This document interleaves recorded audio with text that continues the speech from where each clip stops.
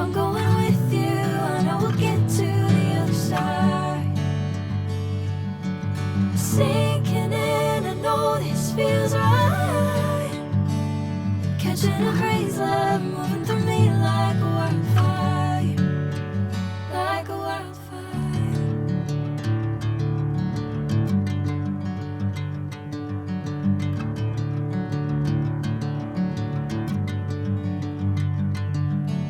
Hey, I'm never the same. Whenever you're calling my name, I'm taking my sweet time.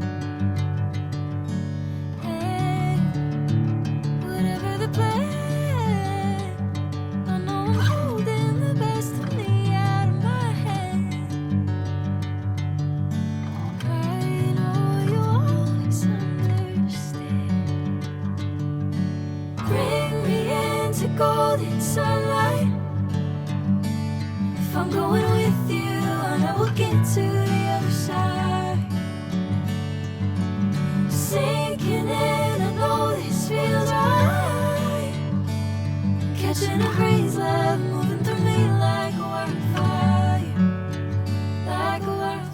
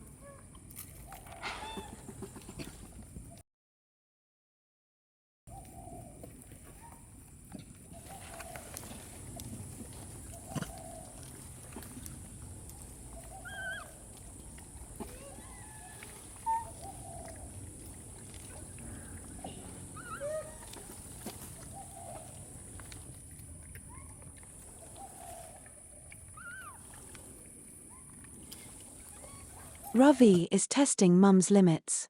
He edges closer with his wide eyes fixated on that ear of corn, trying to inch his way into a bite. Ella then teaches him manners. But she is very gentle with her children.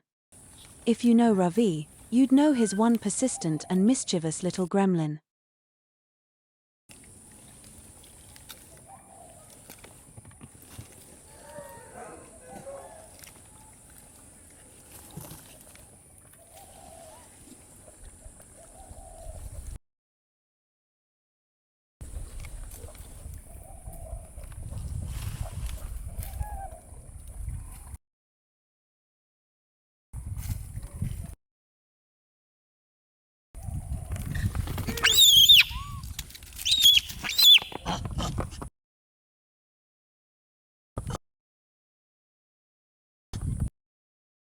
A confrontation was brewing. Eyeshadow had a problem with Ethan, and her grunts summoned the old general. Wild emerged from the woods.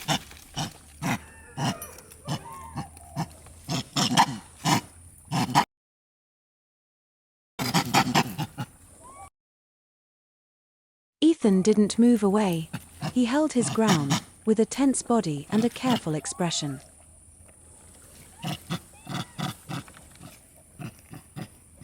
Wild placed his hand firmly but deliberately on Ethan's head as a dominance gesture, a silent assertion of rank without escalating to violence. Ethan bared his teeth in submission, and Wilde withdrew his hand. No fight. No blood.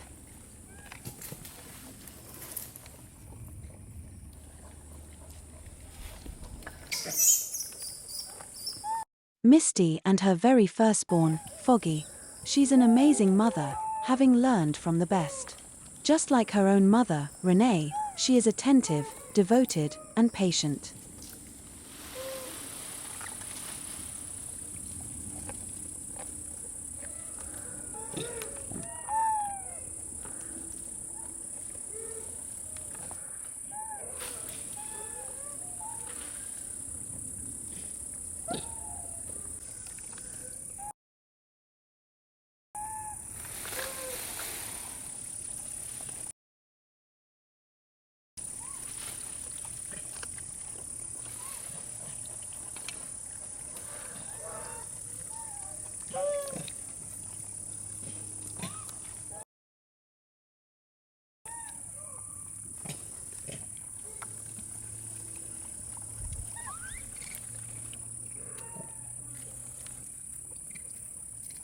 Bear is one of the cutest babies this season.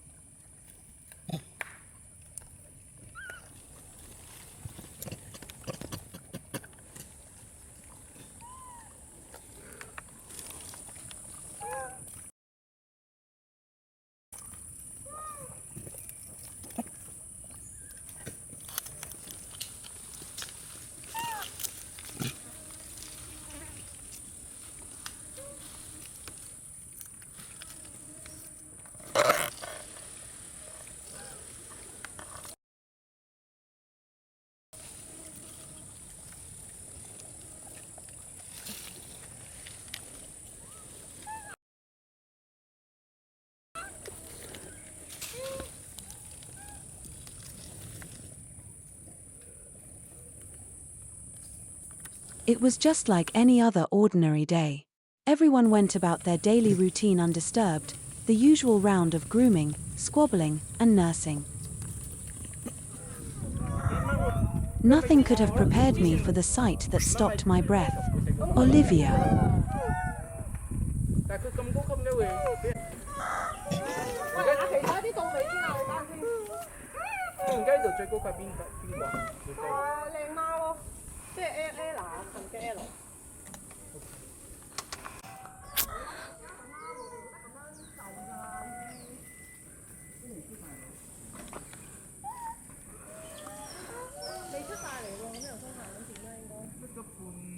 The calvarium was exposed.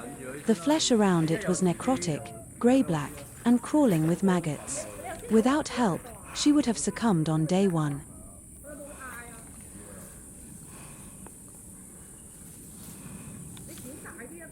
We were so worried about Olivia, as the wound was located on such a vital area.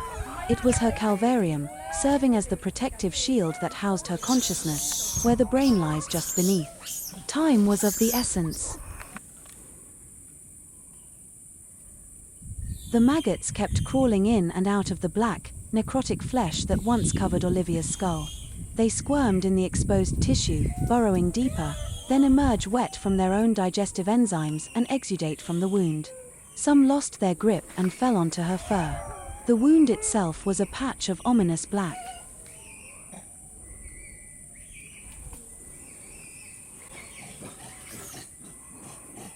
Open-mouth panting persisted. It signals a systemic response to severe trauma and infection. Her dazed demeanor and delayed reactions confirmed the gravity of the situation.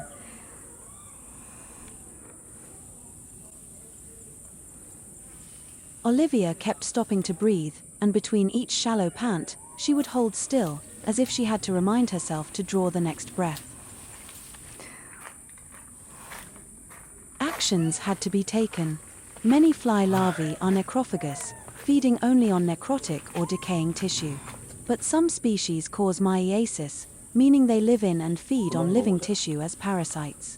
In Olivia's case, the wound started as something small, but became dramatically worse not long after, with exposed bone and extensive necrosis.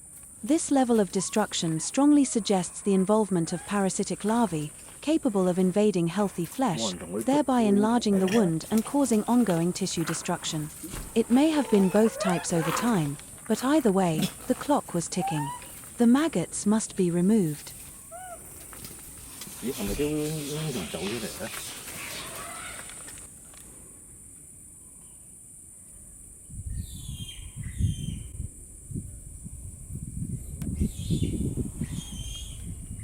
Treatment was applied to stop the spread of infection. A powder formulation was used to treat myiasis. It was drizzled onto the vertex, and the maggots recoiled instantly. The effect was immediate. Wherever the powder touched, the maggots left, wriggling away from the tissue, dropping onto the ground. On that day, the necrotic tissue was cleaned as best as possible, though some remained. Maggots still lingered in the deepest crevices of the wound. The healing wouldn't be quick, but it bought us time, and Olivia had a chance.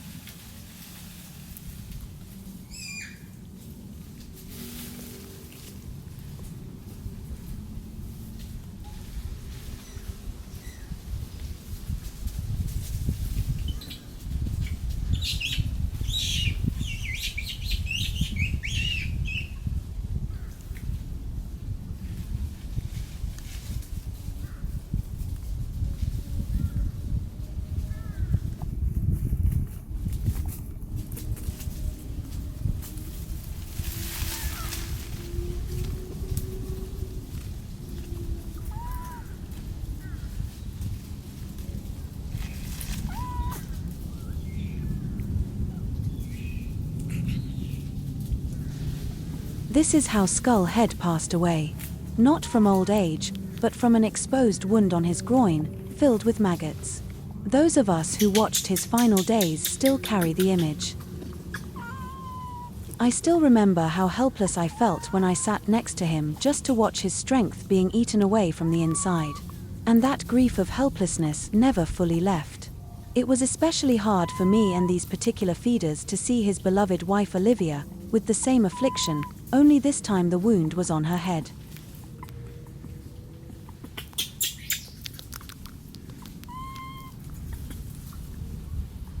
Olivia immediately went into hiding, perhaps startled by the strange sensation that followed. The agitated maggots began to squirm and writhe as the powder took effect.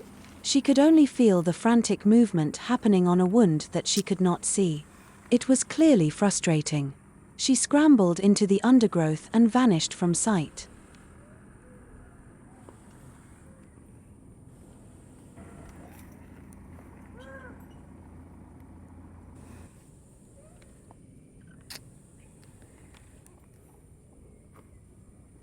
We then kept an eye on her children, who were nearby, thinking perhaps they could lead us to her, as they would usually gravitate towards their mother's presence.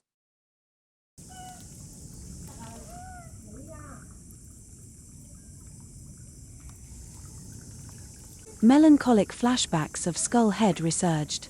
The memory of his final days, the exposed area on his groin, the helplessness we felt as we watched him fade. Ironically, his beloved wife now suffers a similar fate.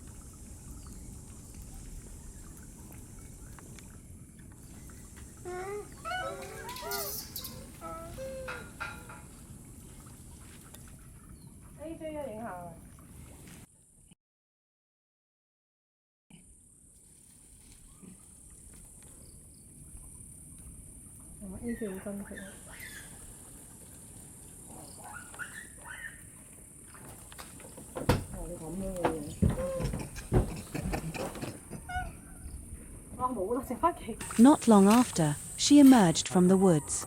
Even the simplest acts had become a struggle. Olivia was holding a tomato in her hands, but she paused and looked at it with an unfocused gaze, as if she had forgotten how to begin. 真係喺呢個位，我都喺呢度揾佢，聞到一陣味。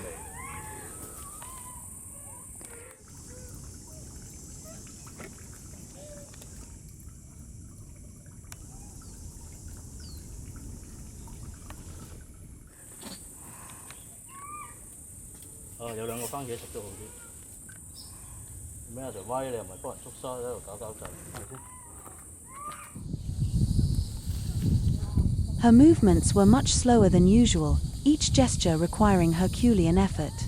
The once automatic act of eating had become a task that demanded her full attention.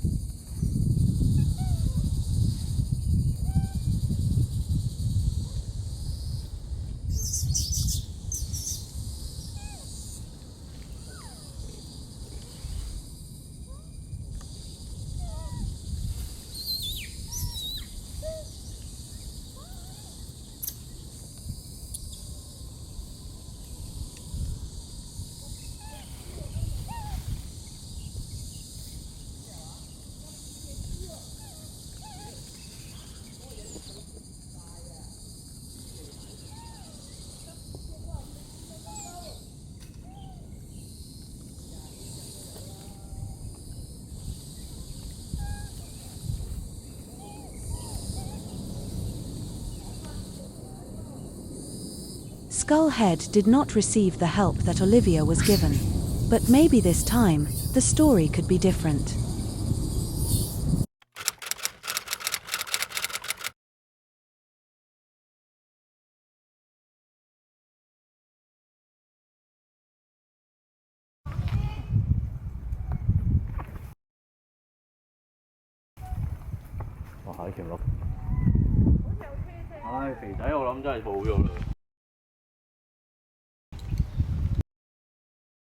We came back to check on Olivia every day. The days that followed were uncertain. But at least Olivia seemed to have perked up a bit. Maggots no longer crawled frantically on her exposed wound, the powder had done its work. Yet she remained dull from exhaustion. The infection had drained her. She still wasn't out of the woods yet, not even close. But little progress was enough to keep our hope alive.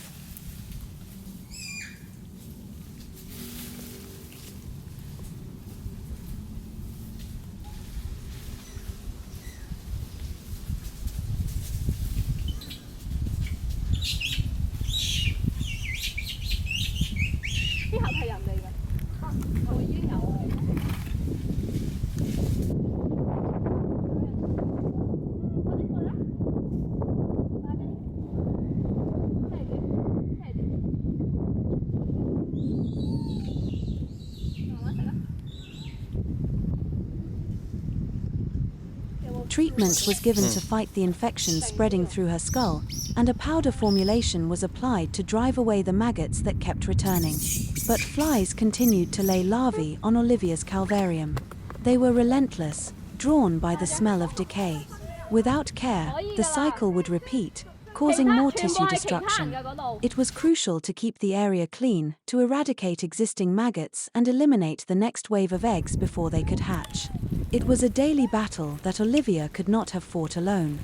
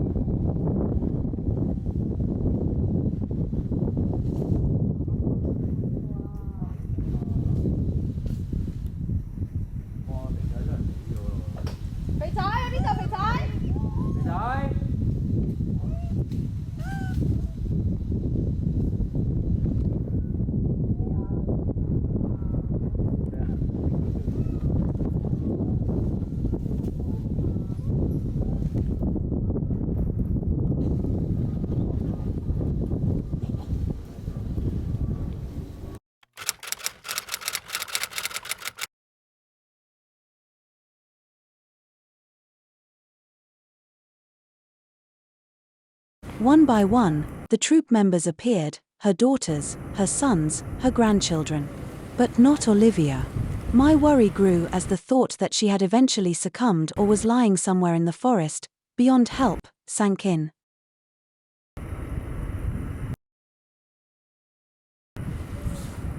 Olivia usually appears with the group of aristocrats that are now arriving.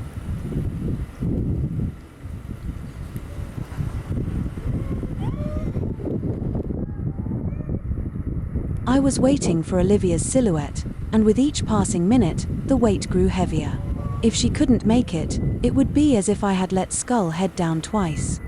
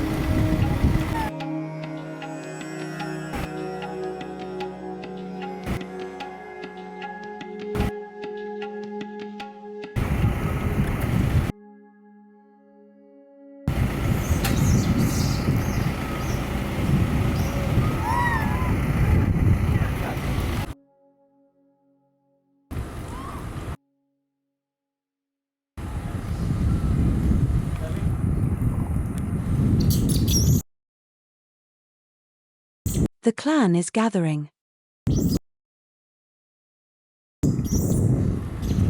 The stillness between us deepened as the minutes passed by.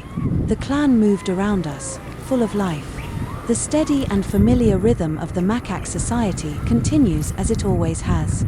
Olivia was not part of this bustling scene. We had no way of knowing if she would appear again. In their way of life, absence is, after all, met with silence.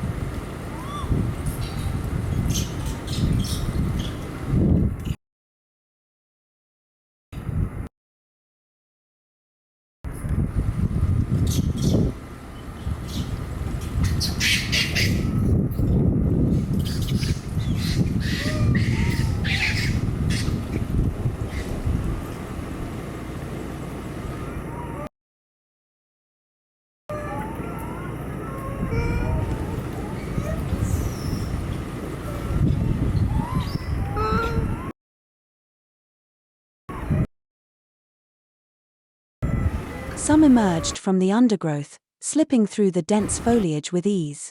Some descended from the hills, picking their way down the steep slope. And some simply walked on the road unhurried.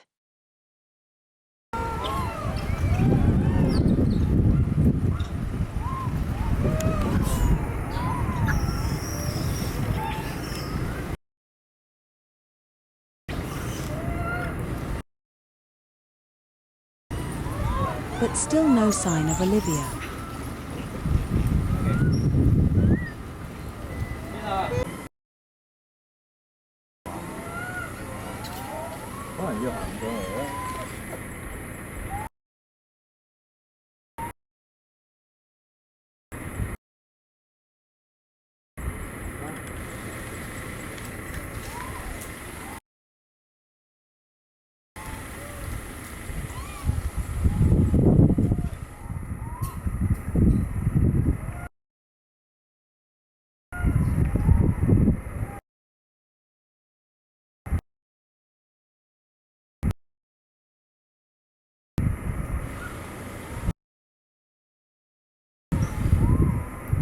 Vanessa appeared with a relatively fresh newborn, with a dried umbilical cord still attached, its first connection to its mother and to the world.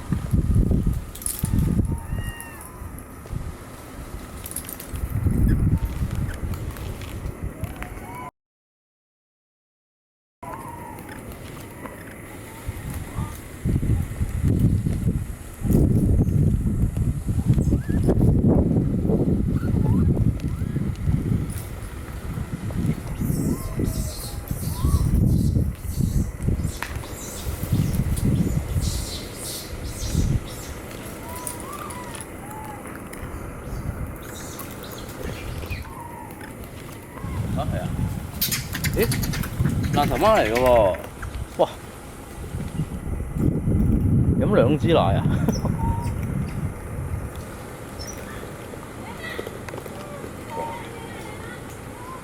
打眼影喎。It's a boy. Many congratulations, Vanessa.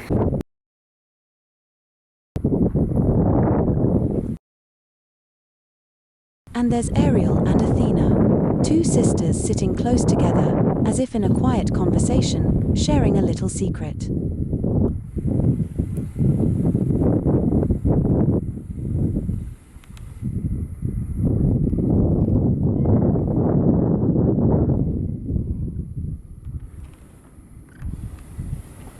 Then suddenly, she showed up.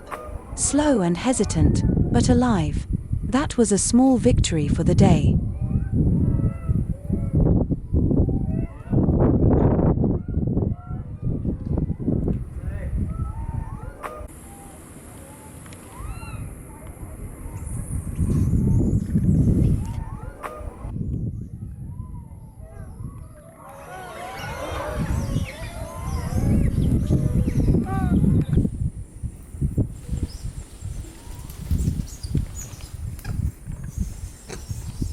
就算佢而家搣都咩啦，係咪應該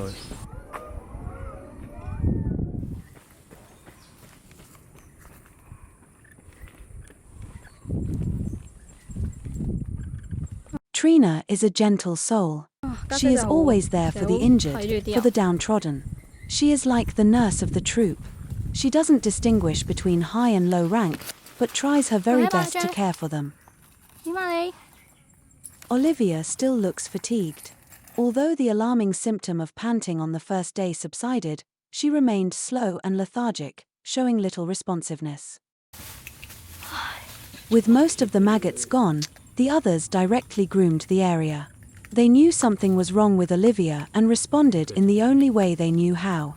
It is an instinctive care that macaques offer to injured members of the clan. Her eldest son, Hero, started grooming her carefully. Hero doesn't usually stay close to his mother. He is a good brother to Connor and Corey, always watching over the younger males, but he seldom shows affection toward Olivia. He keeps his distance. But now, I think he's worried. Perhaps he sensed that his mother's time might be short.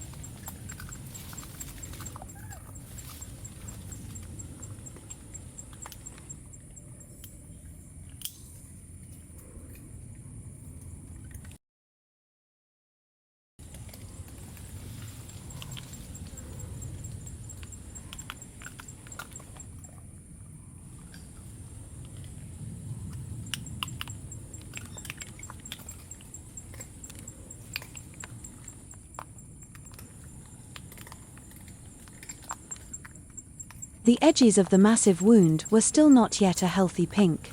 There remained patches of necrotic tissue, dark, dry, clinging to the bone. But the flesh was getting there, slowly. We knew that the healing process would be slow and stagnant. This was not a wound that would close in weeks or even months. Every small improvement mattered. For the first few days, tiny white spots could still be seen along the edges. These were clusters of newly laid fly eggs. The flies were relentless, drawn by the scent of decay. More powder was sprinkled onto her skullcap, covering the vulnerable areas. Goodies were also offered as small distractions.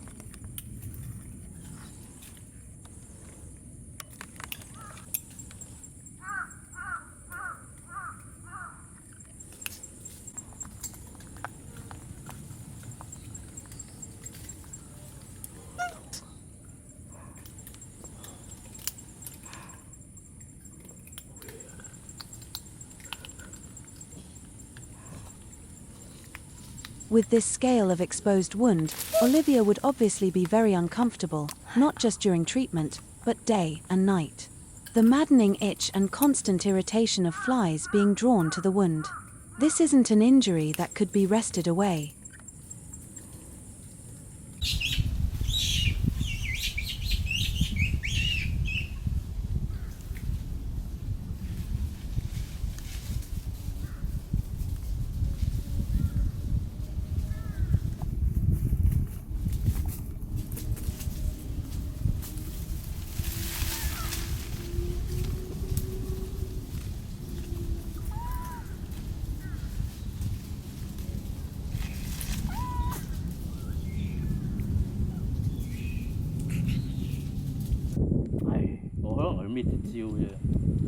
The trio feeders are bound by years of shared observation and an unspoken connection to the troop.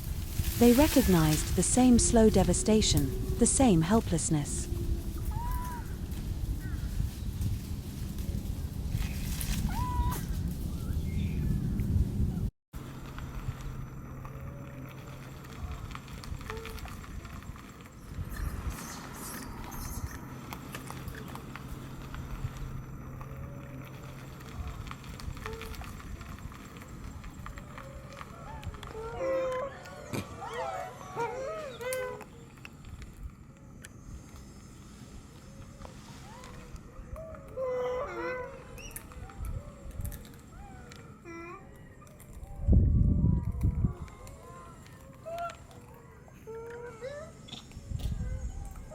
Seeing Olivia for another day felt like a blessing, and as she appeared day after day, I allowed myself to believe a little more that she would make it.